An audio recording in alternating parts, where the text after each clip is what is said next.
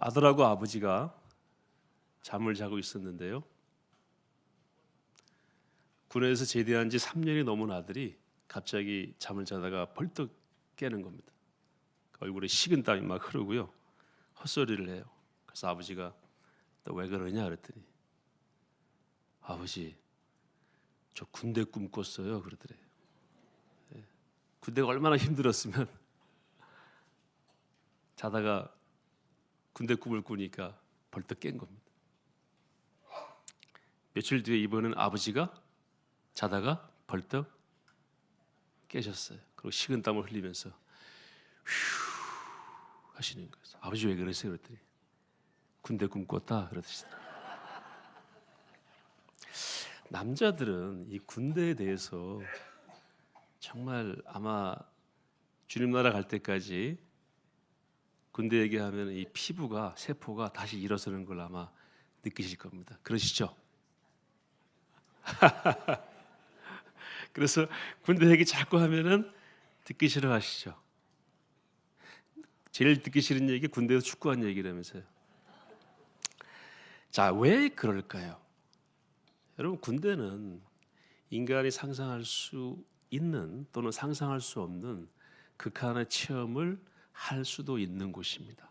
그리고 훈련이 엄청 심합니다. 셉니다.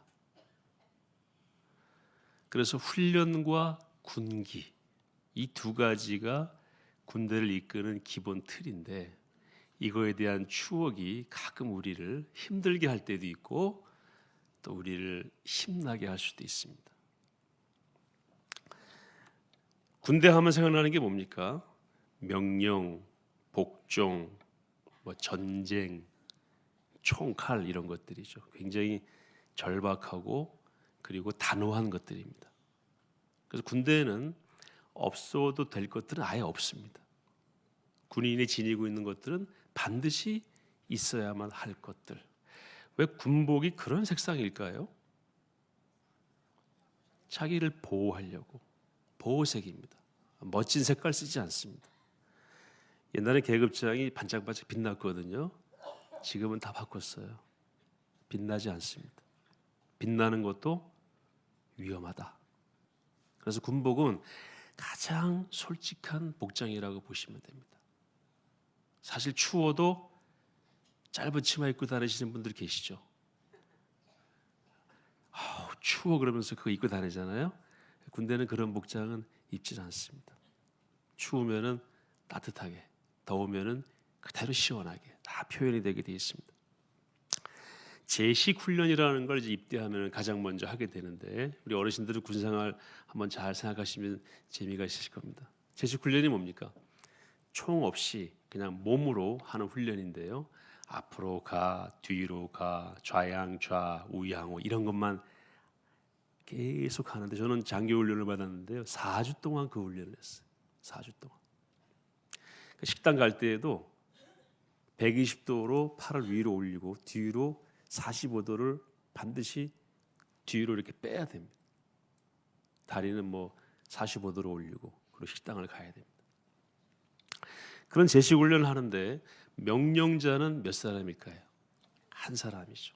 그 한 사람이 수백 명, 수천 명 또는 수만 명 앞에서 딱 한마디 합니다. 뒤로 돌아. 그러면 전부 뒤로 돕니다. 돌아서서 왜요? 이런 거 없죠.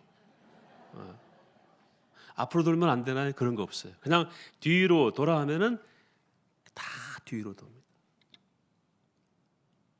앞으로 막 가게 해놓고 좌양 앞으로 가 하면은 왜요? 그러는 사람 없어요. 잠깐 우리 서서 논의합시다. 그런 거 없어요. 무조건 좌양 앞으로 가는 겁니다. 왜 이런 훈련을 할까요? 어떤 상황에서도 명령이 떨어지면은 해라 이겁니다.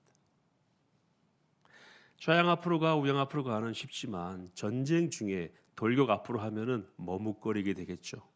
그런 상황이 오더라도 명령하는 대로 이행하도록 하는 훈련을 평상시에 하는 겁니다. 그래서 명령을 어기면 어디로 갑니까? 감옥 갑니다. 명령 불복종 죄라는 게 있어요. 이건 지시다 또는 이것은 명령이다라고 하면은 그건 지켜야 되고 지시도 어기면 지시 불이행이라고 하는 죄가 있어요. 그래서 감옥 갑니다. 훈련은 목적이 있죠. 쓰기 위해서 훈련하는 겁니다. 그래서 단순한 것처럼 보이지만 반복을 통해서 몸에 익히게 합니다. 어떤 상황이 있으면 그것이 반사적으로 튀어나오도록 하는 것이 훈련의 목적입니다. 훈련할 때 쓰는 책을 교범이라고 합니다. 오늘 설교 제목이 무엇입니까? 레위기는 무엇입니까? 교범입니다. 이 교범을 우리가 흔히 FM이라는 말 많이 쓰시죠. FM이 교범이라는 뜻이에요. Field Manual, 야전 교범이라는 뜻이고 어떤 면에서는 군대 용어인데 일상에서 많이 쓰시죠. 저 사람은 FM이야 그러면 어떤 뜻이에요? 저 사람은 정확하게 있는 대로 하는 사람이야 그런 뜻입니다. 레위기가 바로 하나님 백성들에 대한 훈련 교범이다. 이렇게 이해하시면은 틀림이 없습니다. 성경은 교범입니다. 그 중에서도 레위기는 이제 출애굽했잖아요. 애굽에서 나와서 1년도 아직 안 됐습니다. 가나안 땅에 들어가려면 얼마 남았습니까? 약 39년 가까이가 남았어요. 아직은 몰라요. 자기들이 곧 들어갈 줄 알았지만 하나님의 계획 속에는 아직 멀었어요. 이제 훈련을 많이 하고 가나안 땅에 들어갈 겁니다. 가나안 땅에 들어가서도 뭐가 필요합니까? 훈련이 필요해요. 그때 쓸 교범으로 주신 것이 레위기입니다. 이걸 잘하면 어떤 사람이 되는 겁니까? FM이 되는 거예요. 이걸 못하면은 하나님께서 그에 상응한 또 훈계를 하시겠다고 말씀하고 계십니다. 레위기 26장 45절에 보시면 이런 말씀이 있습니다. 제가 좀 읽어드리겠습니다. 내가 그들의 하나님이 되기 위하여 민족들이 보는 앞에서 애굽 땅으로부터 그들을 인도하여 낸 그들의 조상과의 언약을 그들을 위하여 기억하리라. 나는 여호와니라. 내가 그들을 이렇게 불러냈고 너희와 너희 후손들이 혹시 나와의 언약을 어길지라도 나는 그 언약을 너희 조상들과 맺은 언약이기 때문에 지키겠다. 한마디로 말하면 너희는 내 언약의 백성이다. 나는 그 언약을 지킨다. 이런 말씀이고요. 레위기 25장 55절에 이런 말씀이 있습니다. 이스라엘 자손은 나의 종들이 됨이라. 그들은 내가 애굽 땅에서 인도하여 낸 내 종이요 나는 너희의 하나님 여호와니라. 하나님께서는 이스라엘 백성을 내 종이고 내 언약의 백성이다. 그러니까 앞으로 너희들은 어디에 가든지 나와 함께 만나고 나의 임재를 경험하며 내 뜻대로 살아야 할 것인데 광야와 가나안 땅, 다시 말해서 이 세상은 그렇게 살기에 너희들을 놔두지 않을 것이고 매우 혼란스러운 가르침들이 있을 것이며 이미 사람들이 이게 좋다 저게 좋다라고 말하는 관습과 문화가 있을 것이다. 그걸 따라가면은 안 된다. 그럼 어떻게 해야 될까요? 내가 정확하게 알려주마 하고 주신 말씀이 레위기라는 것입니다. 혹시 주중에 레위기 읽어보신 분 계십니까? 한번 도전해 보십시오. 그런 마음으로 읽으시면 하나님 마음이 느껴지고 레위기가 마음에 더 잘 와닿습니다. 자, 교범의 목적은 크게 세 가지가 있다고 말씀드릴 수 있을 것 같은데 첫째는 그렇게 하지 않으면 안 되니까 교범화한 것이 있습니다. 그것이 굉장히 중요하기 때문에 예를 들어서 군대 얘기 좀 말씀드리면 우리가 이제 근무 쓰고 와서 실탄을 그 탄창을 제거한 다음에 총 안에 실탄이 있는지 없는지를 확인하는 그 격발을 합니다. 한번 이렇게 빈 총을 쏴보는 거예요. 그러다가 군대에서 가끔 실수로 죽는 경우가 있습니다. 그 안에 실탄이 없는 줄 알고 심지어는 직접 겨누고 에이 이놈하고 장난으로 쐈는데 총알이 나간 경우도 제가 군대에 있을 때 봤습니다. 그래서 반드시 어디를 향하여 격발을 해라? 하늘을 향해서. 이 안에 실수로 실탄이 있더라도 다치지 않으니까 하지 않으면 안 되는, 그렇게 해야만 되는 이유로서 교범화한 것이 있는데요. 예를 들면은 여러분 비행기 타시면은 그 안전에 관한 영상이 쭉 나오는데 뭐 비행기 기압이 떨어지거나 문제가 있을 때에는 산소 마스크가 이렇게 내려오는 장면 나오죠. 거기에 아이와 엄마가 같이 탔을 경우에 누가 먼저 그걸 써야 한다고 나오죠? 아이예요? 엄마죠? 왜 엄마가 먼저 써야 될까요? 엄마가 살아야 아들을 살릴 수가 있습니다. 아들을 씌워주는데 아들이 이게 뭔지 모르니까 한번 툭 치면 또 시간 걸리잖아요. 그래서 한번 줘 박으면 또 왜 이래 하고 더 세게 치면은 아니야 이거 써야 돼. 그러다가 결국 못 쓰면은 엄마는 죽잖아요. 그러니까 엄마가 먼저 써서 산 다음에 근데 아들을 줘 박더라도 이제 여유 있게 줘 박을 수 있으니까 그래야 아들이 산다. 이렇게 하지 않으면 다 죽는다.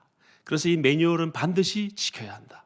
라는 차원에서 주신 매뉴얼이 있어요. 교범이 있어요. 성경에 나온 것이 예를 들면은 난지 8일 만에 할례하라 그랬죠. 9일 만에 하면 어떨까요? 꼭 그런 사람들이 있거든요. 9일 만에 하면 안 되나요? 왜 8일이에요? 8일이요. 사람이 태어난 다음에 가장 통증을 모르는 딱 그날이 8일이래요. 9일째는요. 아파요. 7일째도 아파요. 그 다음에 피가 가장 잘 아무는 때가 8일이래요. 그거 지나면은 시간 더 걸려요. 그러니까 대꾸하고 그대로 안 하면은 누가 손해인 것입니까? 내가 손해인, 그런 원리적인 차원에서 주신 교범의 의미가 첫 번째 의미이고요. 두 번째는 상징의 의미가 있어요. 그냥 이거 한번 지켜라. 별 뜻은 없지만 이건 좀 지켜라. 예를 들면은 격려할 때 손을 올리잖아요. 어떤 상징이 있냐면은 저는 당신을 해칠 마음이 없습니다. 격려할 때 주먹질하면서 격려하는 사람은 없고요. 한 손도 반드시 옆에 손에 되게 돼 있어요. 옆에 몸에 대고 격려한단 말입니다. 그러면 당신에게 내가 존경과 그다음에 그 윗사람으로서의 경의를 표합니다 하는 자세에서 격려를 하죠. 그것은 뭘 상징하는 거냐면 존경을 상징하고 공격의 의사가 없다. 그런 걸 그래서 적군끼리도 격려할 때가 있습니다. 그럴 때에도 그런 걸 표현하는 거고요. 성경에 봐서는 제사장이 제사장의 옷을 입도록 합니다. 그 제사장의 옷에서 신비한 뭐 광선이 나오거나 그런 건 아니에요. 그러나 그 자체로 어떤 의미가 있습니까? 하나님이 구별하여 세웠다라고 하는 상징의 의미가 있는 것이에요. 세 번째는 그 교범 자체가 훈련의 목적인, 그냥 아무 이유는 없지만 그걸 정해놓고 주심으로써 그것 자체를 이행하나 안 하나라는 그 자체가 중요한 그런 걸로 주시는 게 있는데요. 예를 들면은 아까 말씀드린 대로 뭐 군대에서 팔 흔들기 이런 것도 있는데 도둑질을 하면은 5분의 1을 더해서 돌려주라고 말씀하고 있어요. 왜 5분의 1입니까? 이유는 특별히 없어요. 그냥 5분의 1.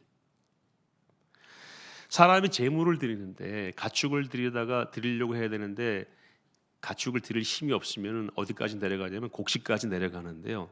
그 고운 가루 10분의 1 에바를 드려라라고 되어 있는데 그걸 지금 도량형으로 환산하면 약 2.2리터입니다.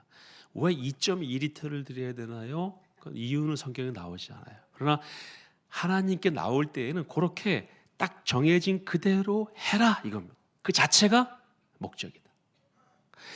그런 형태로 레위기의 교범들이 우리에게 주어진 걸로 제가 한번 이렇게 분석을 해봤습니다. 이런 것들로 가득 차 있습니다. 이제 이스라엘 백성들은 지난 400년 동안 신분이 뭐였습니까? 노예였습니다.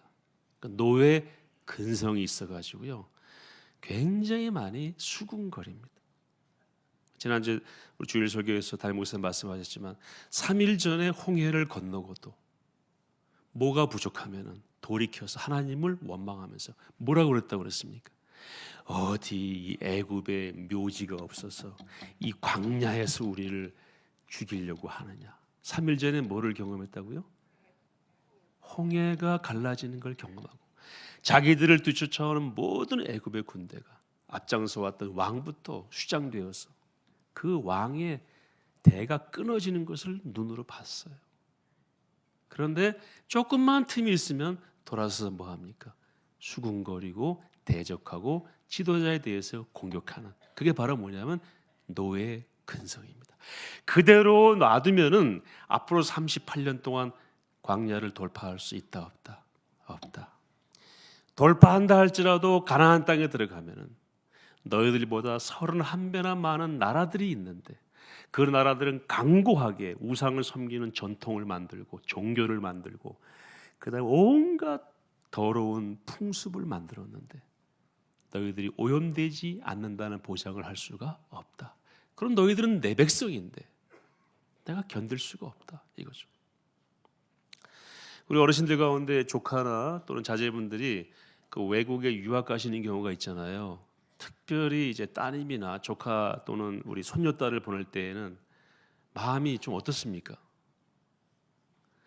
다 좋고 축복하는 마음으로 보내지만 또 한편으로는 얘가 잘 하나님의 자녀로 살아줘야 할 텐다라고 하는 마음이 있으시죠.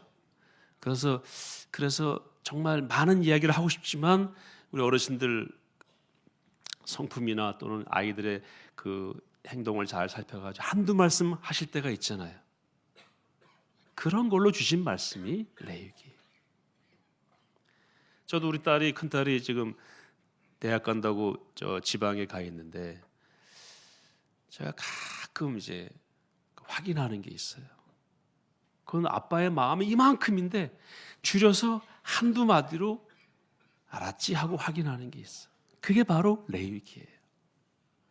지금은 이렇게 살고 있지만 또 하나님께서 보셨을 때 지금까지도 400년 동안을 노예로 살면서 주인 의식 없이 툭 하면은 돌아서서 공격하고 싸우고 그랬던 너희들 38년 동안 가나안 땅 이대로 못 간다. 광야 생활을 못 한다. 가나안 땅에 들어가도 어림도 없다. 자, 보세요. 지금 이스라엘이 몇 명입니까? 약 200만으로 보죠. 남자만 60만입니다. 이스라엘은 전쟁에 나가 싸울 만한 사람들, 남자들을 숫자로 쳐서 여자분들을 무시한 게 아니라고 전에 말씀드렸죠. 전쟁에 나가 싸울 사람들만을 셌어요. 남자가 60만이란 말이에요. 그러니까 남녀 합하고 어린아이까지 합하면은 최소한 200만은 넘었을 것이다. 자, 그럼 잘 생각해 보세요. 가나안 땅은요, 경상도만한 땅입니다. 지금부터 한 3,000년 전에 200만의 인구를 가진 민족은 제가 가진 지식과 상식으로는요 많지 않았습니다. 한 민족이 얼마라고요? 200만. 처음에 몇 명이었어요? 70명. 400년을 지나면서 200만. 단일 민족으로. 누구의 조상입니까? 야곱의 후손으로 200만을 딱 형성한 겁니다. 이 사람들이 가나안 땅에 딱 들어가면은 자, 여러분 잘 아실 겁니다. 바산 왕 옥이 출애굽한 이스라엘 백성이 자기 지역으로 몰려온다는 말을 듣고 어떻게 했어요? 제가 가진 성경에는 졸도했어요. 졸도했다고 나옵니다. 기절했어요. 무시한 군대였어요. 그 당시로 보셔야 됩니다. 중국 인민군이 인해 전술로 내려온 거 그거보다 수십 배의 공포가 있었고 실제적인 그 파워를 보였습니다. 그러니까 왕들도 다 놀랐어요. 그 왕들이라 하는 것은요, 제가 가만히 조사하고 연구해보고 고민해보니까 이스라엘 그 경상도만한 땅에 31의 나라가 모여 살았으니까 한 나라당 인구가 얼마나 됐을까요? 이 정도면 나라 하나 세웁니다. 이 정도면 최대로 많아봤자 10만이 안 돼요. 10만이라고 그러면 몇 만이니까 310만이잖아요. 이스라엘 인구가 300만이 된 것은 얼마 되지 않습니다. 지금 이스라엘 땅에 약 제가 알기로 1,000만이 안 되는 사람이 사는 걸로 알고 있고요. 팔레스타인 유대인 합해서 1,000만이고 이스라엘 사람들은 600~700만 정도로 알고 있습니다. 3,500년 전에 그 땅에 300만이 살았다는 거는 상상할 수 없어요. 훨씬 적게 살았으니까 한 나라당 인구가 몇천 아니면은 몇만이었을 겁니다. 이해되시죠? 그런데 이스라엘은 얼마라고요? 최소한 200만이 넘었어요.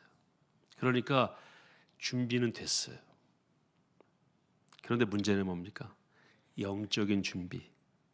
그리고 수십만밖에 비록 안 된다 할지라도 이미 그들이 구축해 놓은 견고한 진, 그것을 돌파하기 위해서는 뭐가 필요하다? 훈련이 필요하다. 나중에 이제 역사를 쭉 앞으로 넘어가서 한번 보시자고요. 가나안 땅에 들어갔습니다. 이스라엘 사람들이 농사를 짓지 않았었어요. 애굽에서 뭐 했다고요? 노예. 광야에서는 공짜로 먹고 살았죠. 농사가 안 되니까 딱 찾는 게 뭡니까? 바알신을 찾았습니다. 이렇게 매뉴얼을 주셔도 딱 찾는 게 뭐예요? 바알신. 너희들 가나안 땅에 들어가면 그 땅의 우상들 섬기지 말라고 분명히 말씀하셨고요. 몰렉에게 자녀를 드린 것과 같은 그런 짓을 하면 내가 가만 안 놔두겠다고 분명히 말씀하셨는데 그 일을 다 합니다. 바알과 아세라 부부거든요. 바알은 남편, 아세라는 부인인데 아세라는 다산의 신이고 바알은 농경의 신입니다. 농사만 안 되면 뭘 찾는 거예요? 바알을 찾는 거예요. 아이 더 낳고 싶으면 아세라를 찾는 거예요. 그렇게 하지 말라고 해도. 하나님께서 그런 걸 다 염두에 두시고 이 매뉴얼을 주셔서 돌아올 수 있는 근거라도 만들어 놔야 되겠다.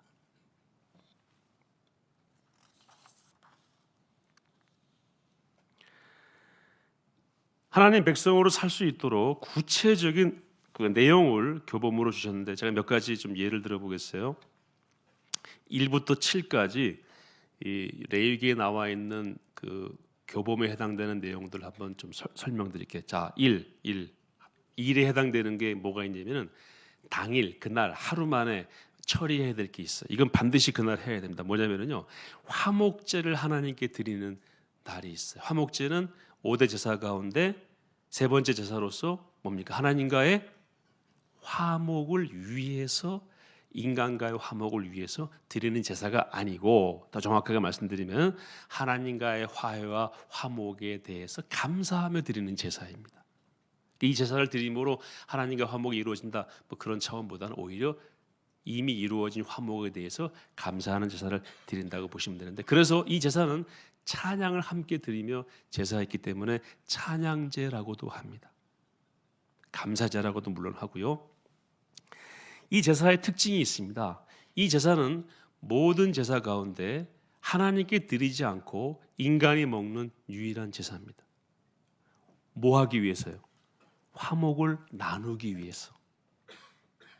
그래서 특징이 있는데 하루 만에 다 먹어야 돼요. 하루 만에. 소를 바치는데 하루 만에 다 먹어야 돼요. 물론 소를 바쳐도 되고 양이나 염소도 되는데 하루 만에 다 먹어야 되니까 소 한 마리 하루 만에 한 집이 다 먹을 수 있나요? 뭐 있을 수도 있겠어요. 한 500명 한 집에 식구가 한 500명이 되면 먹을 수 있겠지만 불가능하니까 필연적으로 화목제를 드리면 동네가 뭐 하는 겁니까? 잔치를 벌리는 거예요. 반드시 그날 다 먹어라. 다음날 먹으면요 끊쳐진다고 말씀하세요. 반드시 그날 다 먹어라. 마치 만나와 메추라기와 같죠. 그 다음날 먹으려고 다 어떻게 했어요? 썩어서 냄새가 났어요. 그것도 일종의 규범이에요. 두 번째는 그 화목제를 드려서 그날 먹어야 되는데, 화목제를 드릴 때 서원과 자원의 의미로 드릴 때에는 이튿날까지 먹어도 된다라고 말씀하세요. 곧 이튿날 먹어도 괜찮아요. 이렇게 정확하게 교범화되어 있습니다. 자, 첫째, 일에 해당되는 거는 화목제는 첫째 날 먹어야 된다. 이에 해당되는 것은 둘째 날까지 먹어도 되는 것도 명시가 되어 있다라는 것이고, 3에 해당되는 거 말씀드릴게요. 3, 제물로 드리는 짐승은 3가지 종류만 허용이 되었습니다.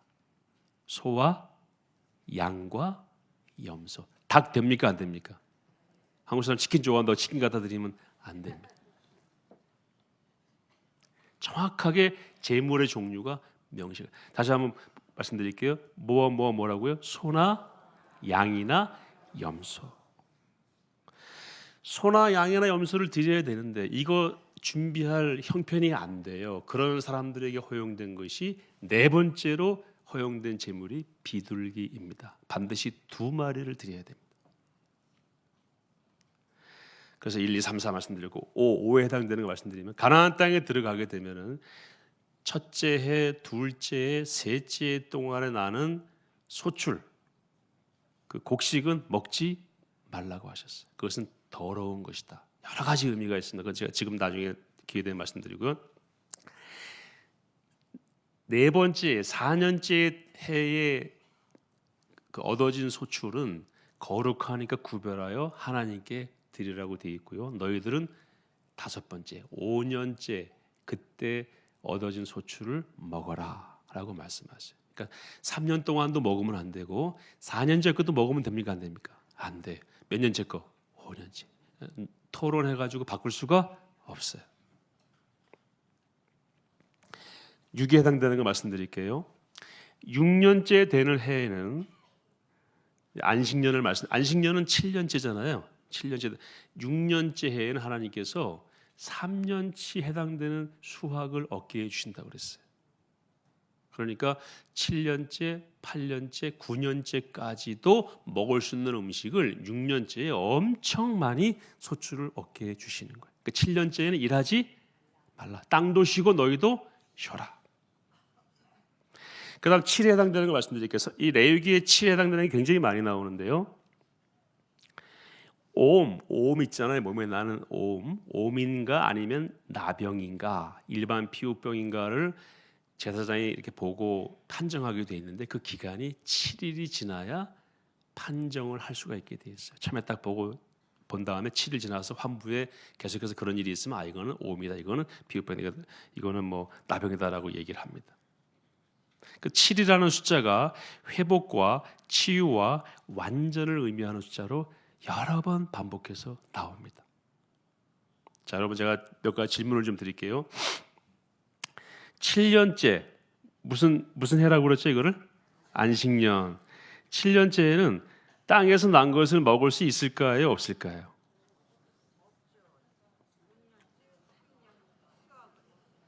제가 물 좀 마시겠습니다.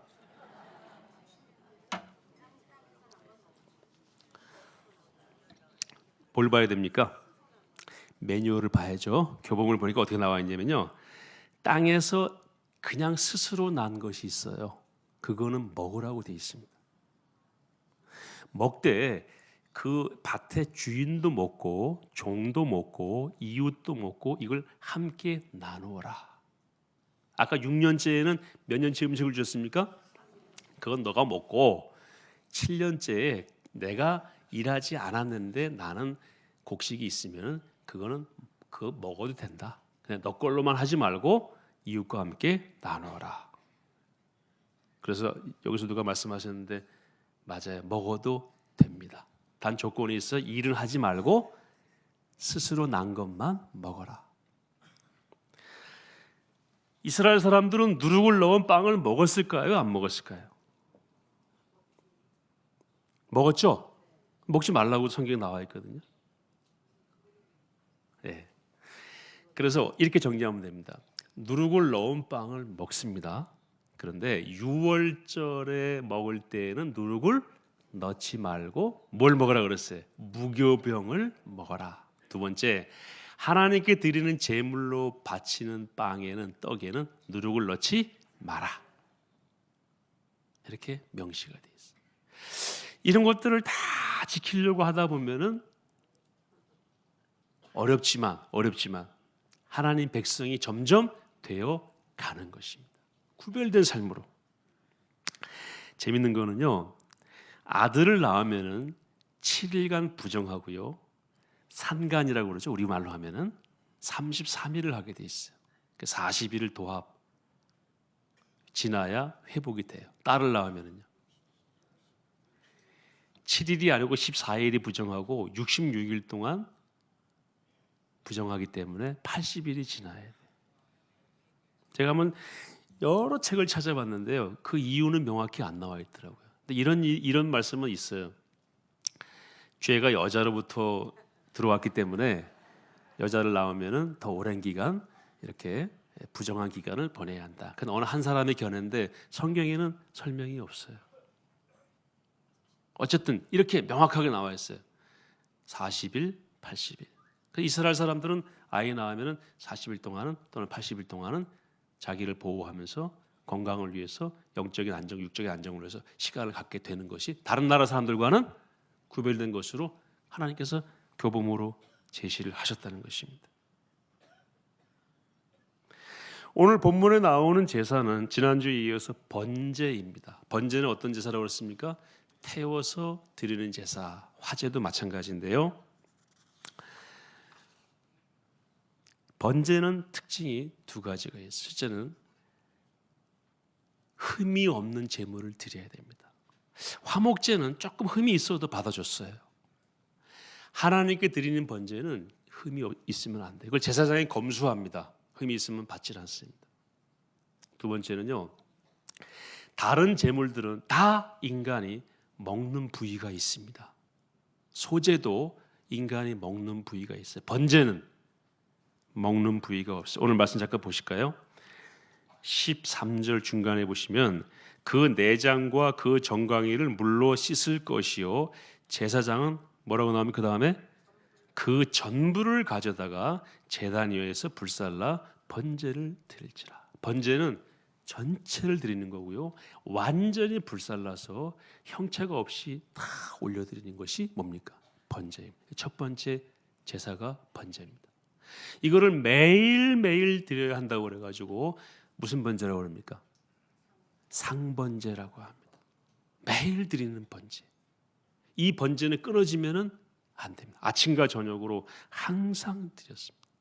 이것이 의미하는 것은 무엇이냐면 하나님 앞에서 우리의 헌신을 이야기하는 것입니다. 우리는 하나님의 백성이고 우리는 뭐에 빚진 자입니까? 은혜에 빚진 자입니다. 우리가 사는 목적은 무엇입니까? 하나님을 영화롭게 하고 하나님의 찬송이 되게 하기 위해서. 여기에 적당히는 안 된다는 것입니다. 전적으로 하나님의 자녀로서 하나님의 임재를 경험하고 하나님께 올려드리는 그런 삶으로 나아가야 하는 것을 상징으로 드리는 제사가 번제였다는 것입니다. 완전한 헌신. 우리 순장님들도요, 순원들을 위해서 완전히 헌신하셔야 됩니다. 아멘이시죠?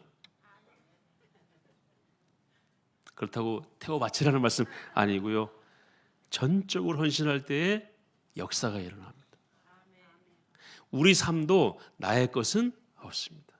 우리 옛날에 민혜경이라는 가수분이 그런 노래 불렀죠. 내 인생은 나의 것, 내 인생은 나의 것. 아시죠? 그리스도인은 내 인생은 없어요. 하나님 앞에서 발견된 그 인생만이 의미 있는 내 인생이죠.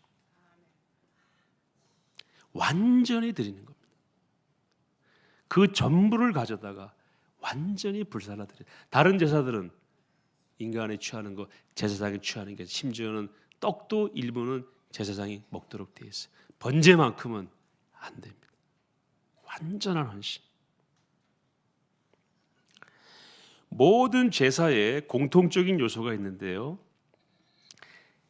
드리는 가축이나 드리는 곡식, 아까 말씀드린 고운 가루 2.2리터, 이 모든 것은 자기 것을 가지고 와야 됩니다. 그래서 뭐라고 되어 있어요? 가축이라고 되어 있어요. 가축은 뭡니까? 내가 키운 것입니다. 들여나가 잡아온 것 됩니까? 안 됩니까? 안 됩니다. 걔도 키워서 가지고 와야지. 내 걸로 키우다 가지고 와야지. 제물을 드리기 위해서 들여가서 잡아오거나 또는 사가지고 오면 안 된다는 거예요. 이 의미가 무엇입니까? 나를 하나님께 드리는 것이. 이것이 왜곡되고 변질돼 가지고 예수님 때 와서는 어떻게 됐습니까? 사서 바쳤어요. 성전이 뭐로 넘쳐났습니까? 장사하는 사람들로, 재물을 팔고 성전세를 바꾸기 위해서 환전하는 사람. 예수님도 어떻게 해서 상을 다 둘러엎으시고 하나님의 집을 뭐로 만들었다 그랬습니까? 강도의 소굴로 만들었다. 나를 하나님께 드리지 않고, 지난주에 말씀드린 대로 여기 몇천 명이 모여도 하나님께서는 그 집단으로 예배를 받으시는 게 아니에요. 한 분 한 분의 예배를 받으시는 거예요. 우리가 내가 키우던 소나 양이나 염소를, 또는 집비둘기나 산비둘기, 허용이 돼 있어요. 산비둘기는. 그리고 에바 10분의 1에 해당되는 보리가루나 밀가루 한 움큼을 내가 준비해서 내가 하나님께 드린다라는 그런 제물이 아니면 하나님 받으시지 않으신다는 거예요. 그래서 그리스도인의 참된 실존은 하나님 앞에서 나 혼자 서는 것입니다. 그래서 그리스도인은요, 두려운 게 사실 없어요. 왜? 나와 하나님만 발견되면은 다른 두려움은 있을 수가 없습니다. 오늘 예배 드릴 때 사랑하는 우리 포에버 어르신들, 한번 저를 따라요. 내가 하나님께 예배합니다. 그런 공동체는 귀한 것이지만 예배는 누가 하는 것입니까? 내가. 그러므로 이 가운데 어느 한 분도 나는 예배하지 않고 돌아갑니다라고 생각되는 분이 없기를 바랍니다. 굉장히 중요한 거예요. 누가 키운 걸 가지고 와야 됩니까? 내가 키운 걸 가지고 와야 되고, 내가 경작한 걸 가지고 와야 돼. 이것이 어디로 넘어가느냐면은, 우리가 우리 성전이라고 그랬잖아요. 우리가 뭐라고 그랬습니까? 제사장. 나라고 하는 성전에서 주연종이라고 하는 제사장이 주연종이라고 하는 몸을 로마서 12장 1절에 나오는 대로 하나님이 받으시면 거룩한 산 제물로 드리는 일상의 번제, 산 제물로 드려지는 번제로 연결되는 것입니다. 이 예배의 승리자가 되어야 되는 것입니다. 하나님의 말씀, 레위기 이 교범 지켜도 되고 안 지켜도 되는 것이 아니에요. 그 증거가 어디에 나오냐면 레위기 10장에 나옵니다. 정말 안타까운 것은 레위기 8장에서 모세가 아론과 그 아들들에게 기름 부어서 제사장으로 삼죠. 그것도 매뉴얼에 따라서 하나님이 정하신 대로 그렇게 똑같이 세웁니다. 9장에 가서 아론과 그 아들들이 정식으로 임명받은 제사장으로서 첫 번째 제사를 집례하는데 자기들의 죄를 위해서 4가지 제사를 하나님께 드려요. 그게 뭐냐면 번제, 소제, 속죄제, 화목제를 드립니다. 그리고 그 다음 10장에 가서 나답과 아비후라는 아론의 2 아들이 어떻게 됩니까? 죽습니다. 왜 죽는지 아세요? 성소 안에 향단이 있는데요, 그 향 안에 불을 집어넣어 향을 피워야 되는데 그걸 가지고 나와요. 가지고 나와서 하나님이 명하시지 않은 다른 불을 거기 넣었다라고 성경에 기록이 되어 있어요. 매뉴얼대로, 교범대로 안 했다는 거예요. 만약에 하나님께서 나답과 아비후를 살려두셨으면 어떻게 됐을까요? 아, 교범대로 안 해도 상관이 없구나. 다른 말씀 다 무너지는 것입니다. 그리고 그렇다고 해서 교범대로 안 할 때마다 다 죽이면은 어떻게 됐을까요? 그러니까 하나님이 그 2가지 사이에서 2명만 죽인 거예요. 제가 아침에 이 말씀을 좀 묵상하다 보니까 아버지 아론의 마음이 좀 느껴지는데요, 성경에 뭐라고 되어 있냐면 아론이 잠잠했다고 나옵니다. 아무 말도 못해. 그리고 모세가 아론의, 그러니까 죽은 나답과 아비후의 사촌을 시켜서 그 시체를 끌어냅니다. 왜 사촌을 시켰을까요? 레위인이 아니면 그 일도 해서는 안 됩니다. 아무나 들어가면 됩니까? 안 됩니까?